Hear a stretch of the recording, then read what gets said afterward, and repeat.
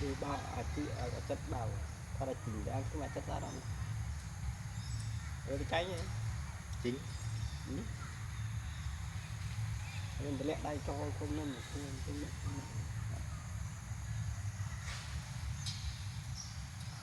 đặt cái đèn ở đây thì dám đem đi rồi đi ngon ba này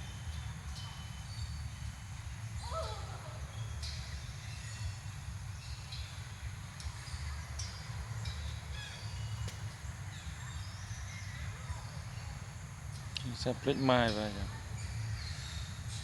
mau cho school